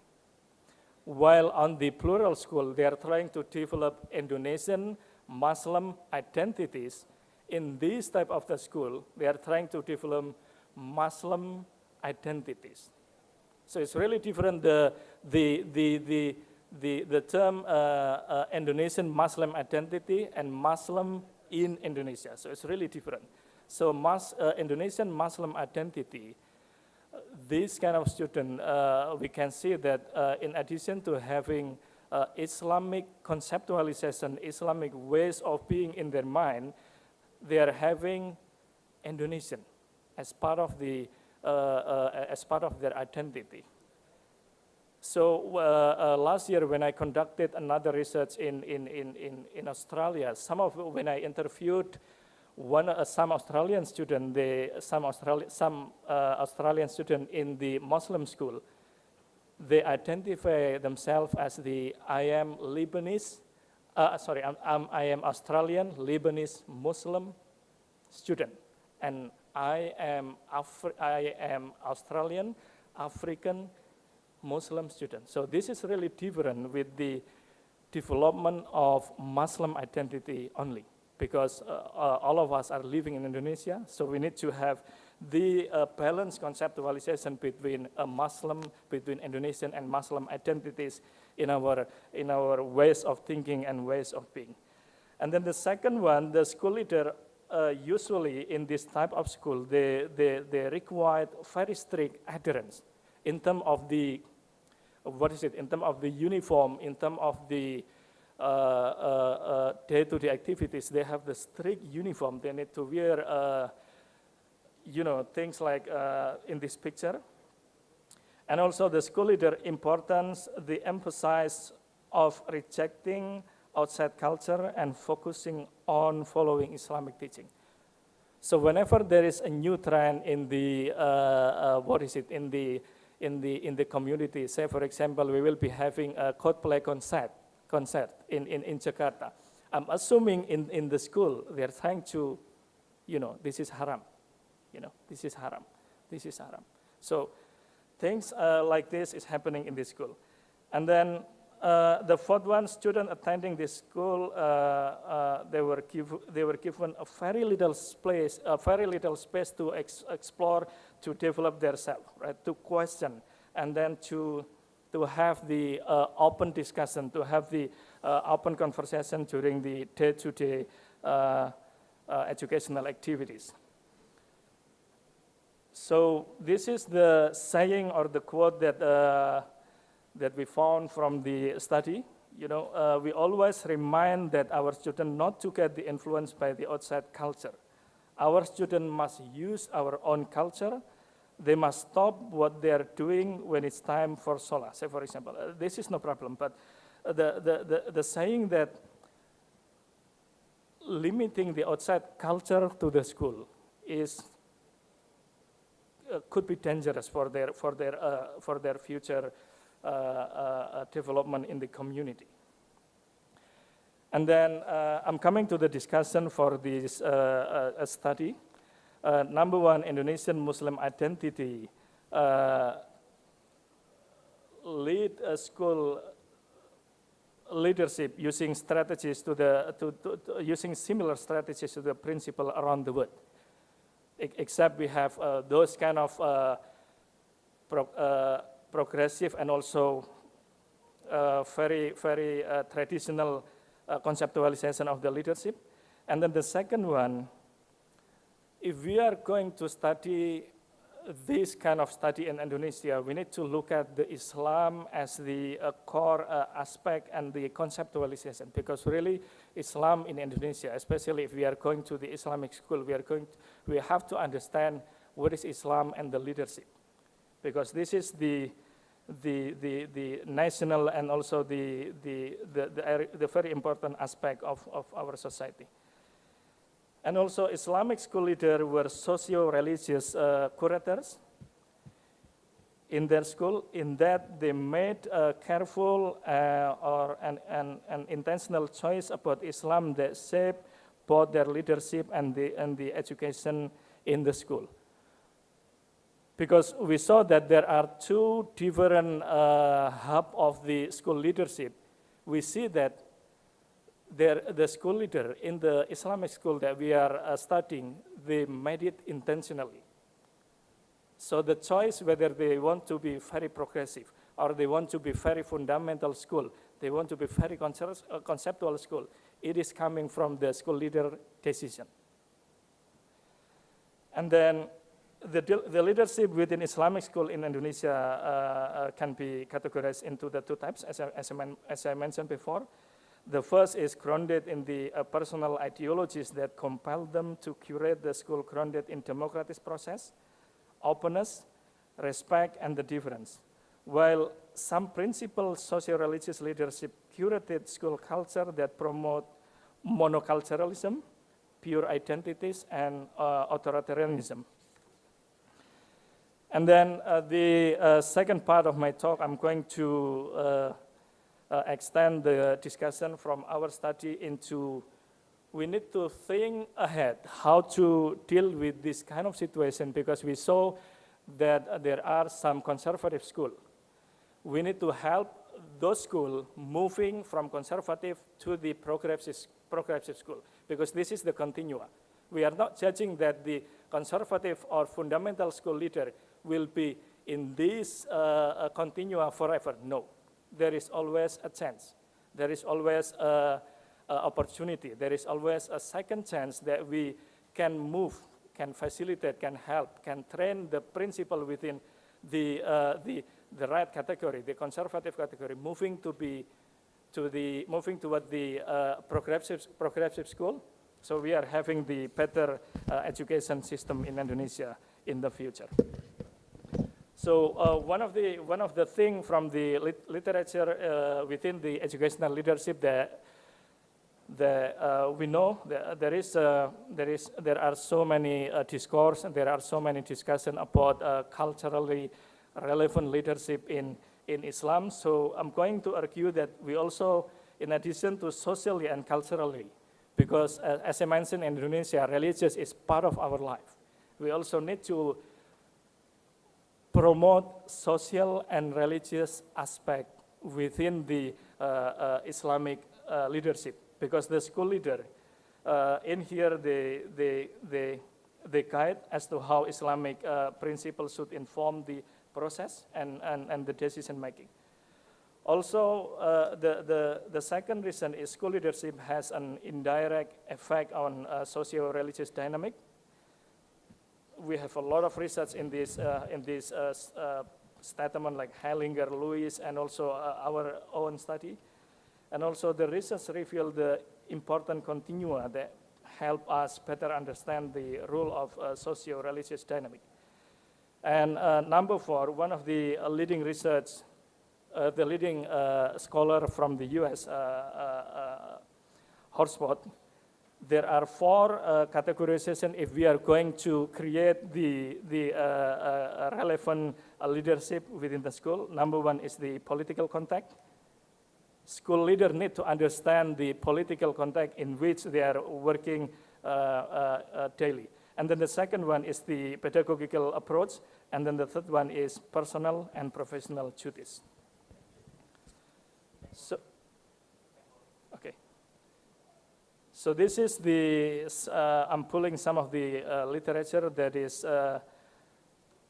within the political context. To create the socially and culturally and religiously relevant school, if we are going to create open, inclusive, and plural Islamic school leadership, number 1, the school leader need to understand the political context. By political context here, I mean they need to be skilled in recognizing and navigating the political context. Say, for example, they are working in a used to be very close school. They need to understand how to navigate, how to invite the community, how to invite the Islamic organization to be more open by having a conversation. So leadership is not separated with the political context. And then the second one, the school leader need to have a clear vision on how to create open and progressive school. And then they also need to understand the educational policies, curricula, part of their instructional leadership to create this open school. And then the second one, in order to create the open and inclusive school leader also need to understand the pedagogical context, because as mentioned by Professor Saida previously, and in our in so many journal articles, that there are so many kind of the leadership. One of them is the instructional leadership. Instructional leadership is having to do with the pedagogy. As a leader, as a school leader, they need to understand how to plan, how to create, how to implement, and how to evaluate curriculum using the good pedagogical approach. So in here, socially and religiously relevant school leader they need to actively integrate and support a pedagogical of learning that is relevant to the student from so many backgrounds. And then the second one, this pedagogy will empower the learner by engaging them socially, emotionally, and politically. So again, in fact, in the pedagogical approach, we also need to involve the community to our instructional planning. And also the school leader also need to support the teacher in adapting curricula based on the student life experience in a day-to-day context. And then the third one, the third element after politics, pedagogy, is the personal journey. Socially and religiously relevant school leader, they need to have a critical self-awareness. As mentioned by Professor Saida, that we need to understand the ways of being, why we are becoming the school leader. You know, we are not only managing the administrative, the paperwork, but we have a big goal. We have a big goal to create the society, better society. We have to facilitate our students in order to be competitive, in order to be fitting in this global environment. And then the second one, we also, a school leader also need to be mindful of their deeply belief and bias. And then the third one, school leader also need to advocate for all social group in the school, and they work the identity and dismantle barriers to the student learning. The last part of the element that I'm presenting this morning is the professional duty. So the school leader in here, they need to have a positive impact as well to the school. And then coming to the end of my presentation, we are putting some recommendation for the future studies and for the practical school leadership improvement. So number one, we need the school leadership preparation program to help our school leader, especially the one falling in the conservative category, to be more open, to be more inclusive. And then the second one, we need to facilitate the connection to the local and national and global communities. And then we also need to encourage them to lead via decision making. And also we need to build, we need to encourage the school leader, especially the one within the conservative category, to build a linkage with the Islamic school. Because we found that this type of the school, they really limit, even they are not collaborating with the other Islamic school. This is very saddening fact that we've got from the field. And also we need to promote the adaptation of Indonesian Muslim identity. This is very important discourse at the moment to develop Indonesian Muslim identity, not only the Muslim identity. And also we need to encourage this kind of school to develop the interfaith activities and create proactive redundancies in the system to address issues of openness, integration, and diversity. And the recommendation to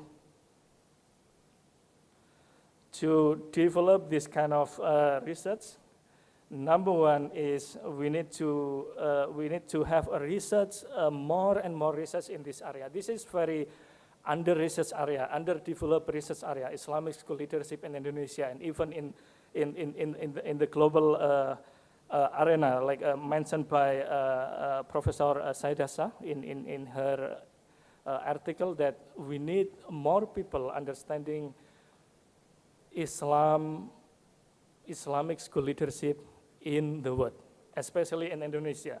For you, for some of my colleagues and also some PhD student and master student in here, if we are going to develop this research, especially in the Indonesian context, we only have a very few authors, like our own Professor Bambang, and then another one would be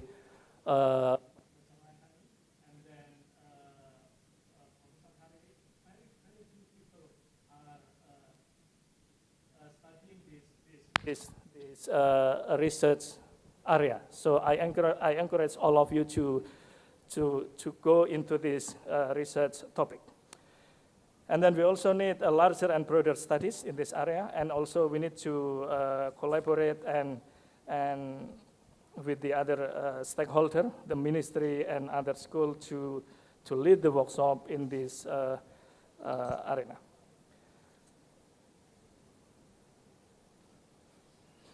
So currently in our research group, as I mentioned before, I'm connected with one research group in some Australian universities. Currently, we are in the middle of finishing up our own documentary. So based on the research that we studied, we got another grant from the Australian government to create a 30-minute school documentary. It's called Two School, One Islam. So we were last year, because of COVID-19, it's postponed for a couple years. Last year we went to Australia. That's where I was in the same flight with Professor Nina. And I think Bu Tati as well, right, Bu Tati, last year I saw, but we were in different seating arrangement in the Qantas flight when we went to Melbourne last year.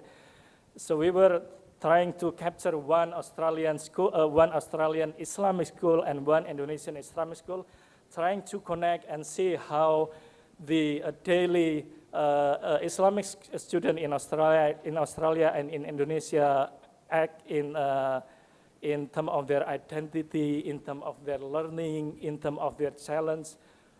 It is really amazing, and it is really different. We found that there is different challenge being Muslim in Indonesia and being Muslim in Australia. So, but out of those challenges, we found that, you know, we have one Islam, one beautiful Islam that is having very beautiful teaching that all of us as a researcher in this room, we need to uphold, we need to study, like Professor Shah and then Professor Sahin, to publish more and more paper in our field, because there are so many sentiments to the Islamic education and Islam still in the world, although we have a better condition at the moment. I thank you very much for giving this opportunity for presenting our study in this great event. Thank you very much. Please email me in those email if you have any other question, or if you want to collaborate with our research group in the future. Thank you very much. Assalamualaikum warahmatullahi wabarakatuh. Thank you very much, Dr. Agus, for I think completing about what starting with Dr. Saidasa regarding about the conceptual and theoretical things about Islamic educational leadership, and following with the empirical research that you present to us. Right, so we have sort of time, so I think we have only one session of question and answer.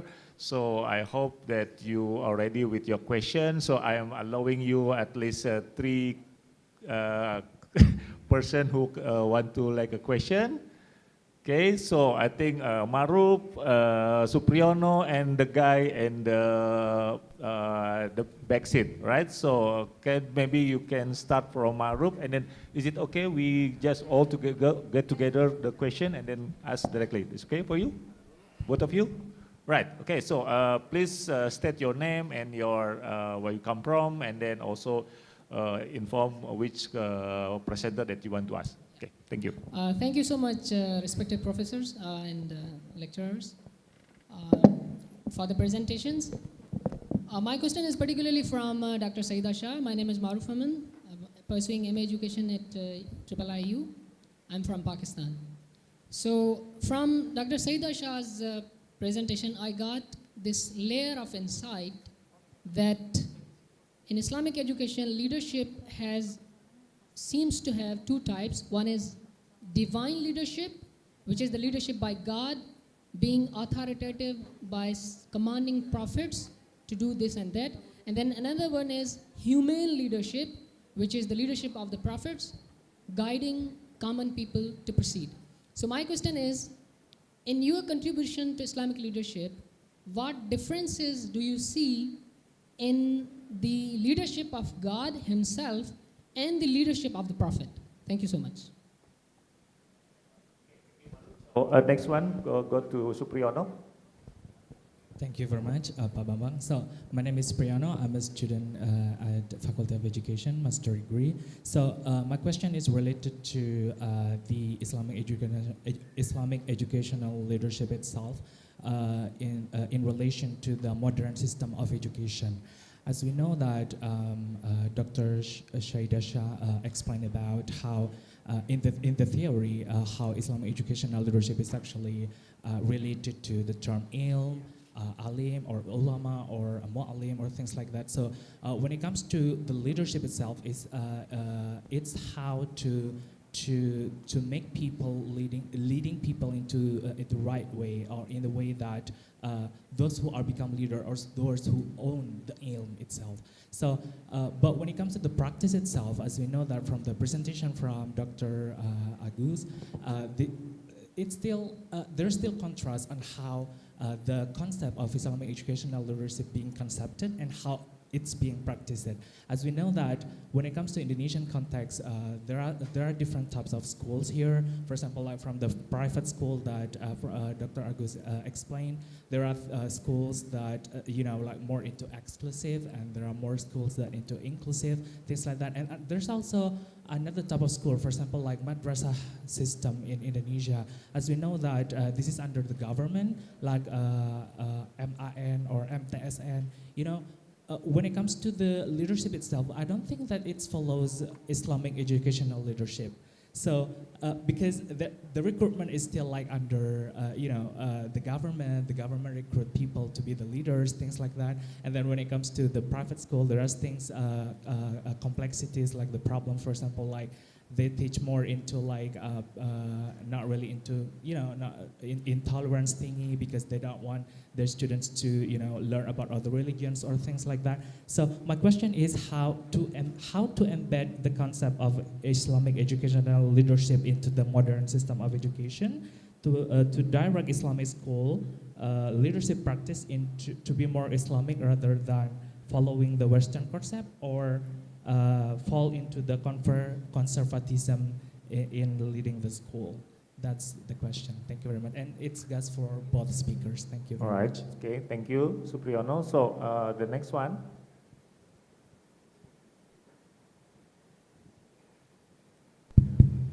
Okay. Assalamualaikum warahmatullahi wabarakatuh. Waalaikumsalam. I'm Muhammad Afim from Junior High School of Cendekia Amanah Islamic Boarding School. So I have two questions. The first one is to Mr. Agus. How to assess the best leadership education system in our country, Indonesia, and what is correlation between this method with our best practice? The second one is to Mrs. Saida. We have many ulama in our Islamic world, in classic ulama, like Imam Al-Ghazali is called Hujjat al-Islam, and Sheikh Al-Barnuzi, it's called Ta'limul Ta'ali book, that have a statement and theorize in al-ilmu fisdur la fisutur, in correlate with hadith Nabi Rasul.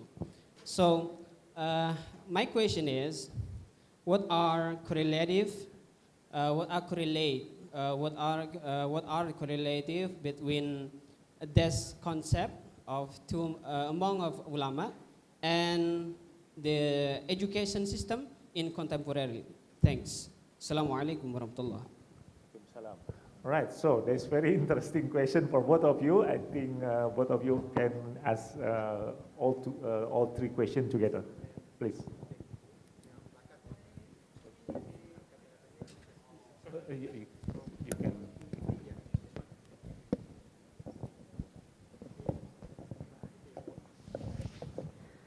Thank you for the questions. The first one, I think, was the sort of, I don't think I implied that there is a God's leadership and prophetic leadership. Definitely there is prophetic leadership, but God is above that. God is, from an Islamic religious perspective, God is the creator. And when we talk about leadership, we understand it as something which is accountable. Accountable means when you have to answer for whatever you are doing, for whatever you are performing as a leader.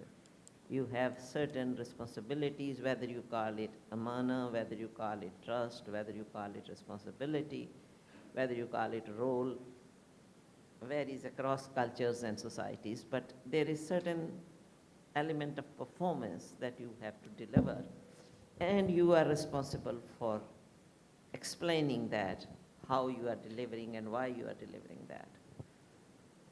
The prophetic leadership is guided by God, and the prophets, following the teachings of God or following the knowledge from God, they have adopted certain specific aspects of practice which we see as prophetic leadership. I also once used the term Rabbani leadership, which doesn't mean necessarily that it is God who is leading. God is beyond, above all that.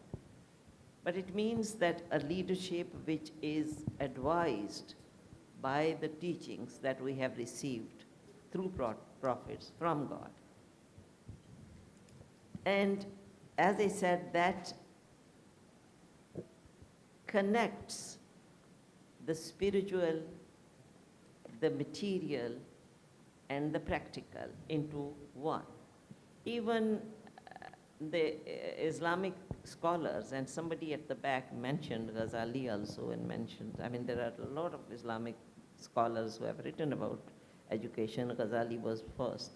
And the interesting thing is that I first read about Ghazali after going to England, because they have got books about all these people translated in English, and they discuss their theories. And even the Islamic scholars don't agree among themselves what should be the aspects of leadership and what should be the aspects of, even on education itself, they don't agree what are the primary aims of education. But one thing which comes through, if you go into depth of everything, is that Islamic education and Islamic leadership should not simply focus on material aspects of life. It should have a spiritual dimension as well, because that is what, within our belief, Islam advises, that it is to purify, and purify definitely relates to your spiritual aspects, and then to teach, to educate, to give wisdom.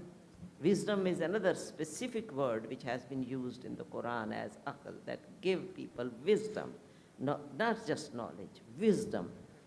So these are the things which are essential aspects of Islamic leadership, which is the legacy of the prophets. If you, I don't know how deeply you read your Quran, but when Dawood was given this, the verse comes that you will be leading your people, then some people from his community said, he is not a rich person, we have got more money, we have got more knowledge. And it was said, he is the wiser person. So it is wisdom.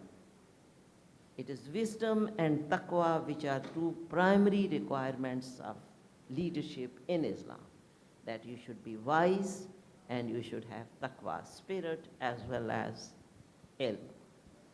I don't know, Maruf, if that answers your question or not, but anyway, but as far as we can't say God leadership, because God is, God is not accountable. It is some being which is above all that. But we get messages or get advice or get knowledge through the prophets from God how to act upon his knowledge or how to move on his way. There was Okay. what was the next question? I think there was a... Yeah. How?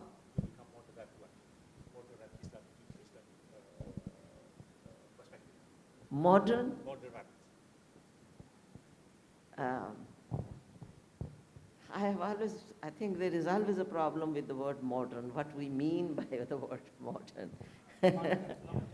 Moderate. Moderate. But again, what does we mean? Either we are Islamic or we are not Islamic.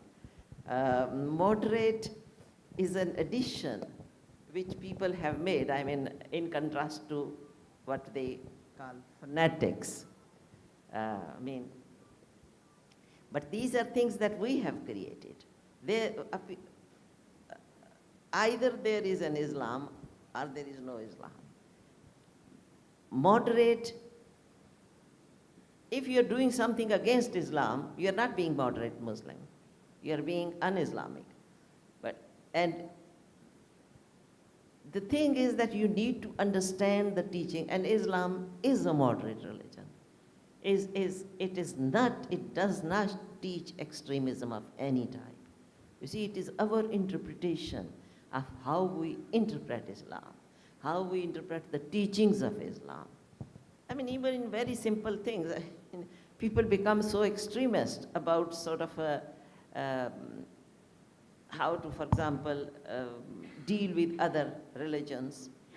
Or if you go into Islam itself, it teaches you being very tolerant to everybody. So it is not moderation. It is actual spirit of Islam which is moderation. Islam itself is moderate. It is just some people's interpretation which have made it into an extremist thing. Whether that extremism is about, I don't know, about, you say, fighting the non-Muslims, or whether that extremism is about women's education, or whether that extremism is how to deal with other religions. I think there is nothing like that in Islam. I come from a very strongly religious family, very strongly religious family, but I was lucky to have the scholars in the family who could go into the spirit of religion, could go read, they could think about religion, and they could answer the questions that religion never teaches any extremism. It is moderate. So there is nothing that we have to do to Islam to make it moderate. It is a moderate religion in itself. And if anybody says that it is not moderate, don't believe that. They are wrong who go into extremism, any type of extremism. I mean, people start fighting whether you need to cover your head or not, whether you need to pray with your hands like this or with your hands like that. I mean, these are totally unacceptable things. Where does the Quran give advice on these things? No, I don't. I mean, I'm not as much a scholar of Quran as my father and my mother were, but I have learned a lot from them. And I can still argue with very strong scholars about the teachings of Islam. So please, go back to Quran. That is the only source. Go back to Quran and use what God has given you here. And if you don't use that, that means that you are not. Remember what he says in Surah Azab, that you have taken a responsibility and you are not fulfilling it. Think. I hope it answers your question. Thank you. Was there any question for me? Can you do it around 3 minutes before we close this session? Yeah. Sorry, Okay. sorry, because we are out of time. The first question is why in Islam we have the beautiful concept of the leadership. However, in the practical daily school leadership, we are far from it. You know, the answer is all of us in this room, we need to answer this challenge. Why in the Islamic world, especially the schooling in the Islamic world, we are not going toward the concept of Islamic school leadership, but we are moving very far from it. So part of it, based on our research, is because of the knowledge. You know, some of the Islamic school leaders that we met in the field when we were conducting our research, is just simply they didn't have any understanding that in England, for example, there are so many Muslims in England. There are so many Muslims in the West. So that's why they are trying to differentiate between Muslim world and the West. So after knowing that in Australia, in England, in the US, we have so many Muslims, and then they change their perception, you know. A simple example like this is like the importance of we as the educator, we as the scholar, to educate our Islamic school leader to be more knowledgeable, to be more committed toward the concept of Islamic school leadership. That's number one. And then the second one is how to assess leadership in our context. If it is in Indonesia, of course, we have the competencies from the government, but I'm not going to talk about it. So if we are talking about Islamic school leadership, I think in 2018, I wrote the conceptual paper framework on the Islam and the school leadership with my colleague Melanie. And then we found that in order to be a good school leader, we need to have 4 conceptualization. Number one is the school leader knowledge about education. And then the second is the school leader knowledge about Islam. And then the third is the school leadership knowledge about leadership itself. And then the fourth one is the school leadership knowledge about culture and society. So if we look at one school leader, for example, within their school leadership vision in the school, it encompasses 4 of them. So we can see that those are the good school leader. I mean, assessing school leader is really complex. If we are talking about the achievement, so we need to see the achievement in the school. But if we are talking about Islamic leadership in general, those 4 conceptualization about school leader knowing about Islam, school leadership knowing about leadership itself, and then school leadership knowing about culture, and then school leadership knowing about education. Those are 4 dimensions that we found within the large school leadership literature in the field. I think that's all from me. I hope that answered your question. Thank you very much. So thank you. Test. Okay, thank you very much for both keynote speakers with enlighten us with so many information and then inspiration. And then with that, so thank you very much, and then give a round of applause for both of them, and then look back to the MC. Right, thank you. You make sense.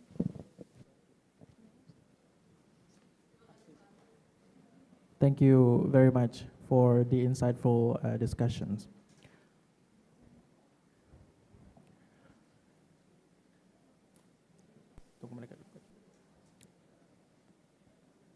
Indonesian International Islamic University has a special gift and souvenirs for the speakers, Dr. Saida and Dr. Agus.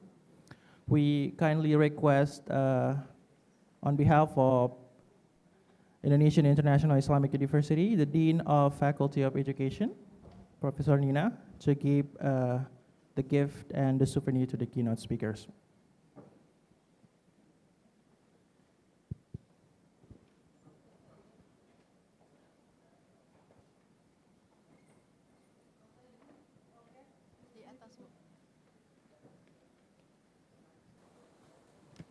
Actually, there is Professor Jamhari. Is there still Professor Jamhari there? Okay, Prof. Amsal. Okay, they are out, so okay.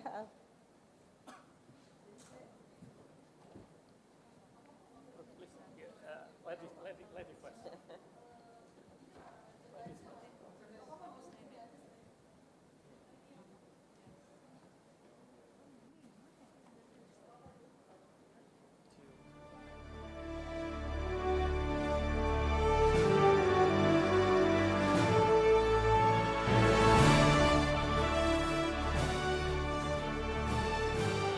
Please give applause for Dr. Shah.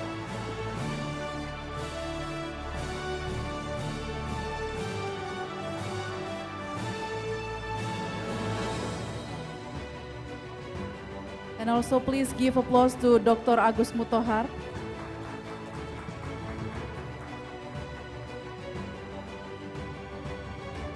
Thank you so much for our keynote speakers and also Professor Nina. And before we move to lunch break, we still have one last agenda.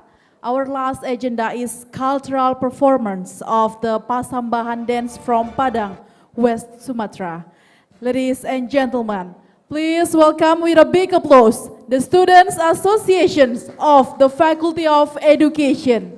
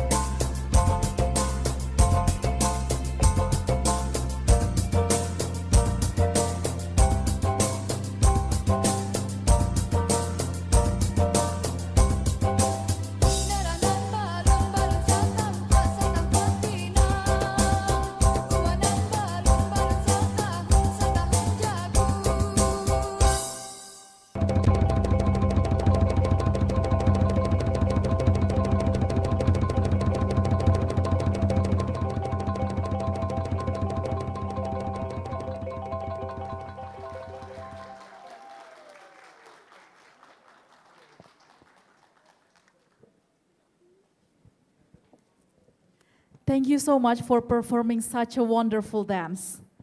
Ladies and gentlemen, we have completed the first session of our agenda for today, and the next agenda is lunch and prayer break. We would like to inform that if you get the coupon, you can change the coupon with merchandise at our dinner party this afternoon. And we would like to inform all of the audiences that we will have panel presentations at the lecture hall and teleconference room of the Faculty A. All of you are invited to join the panel presentations.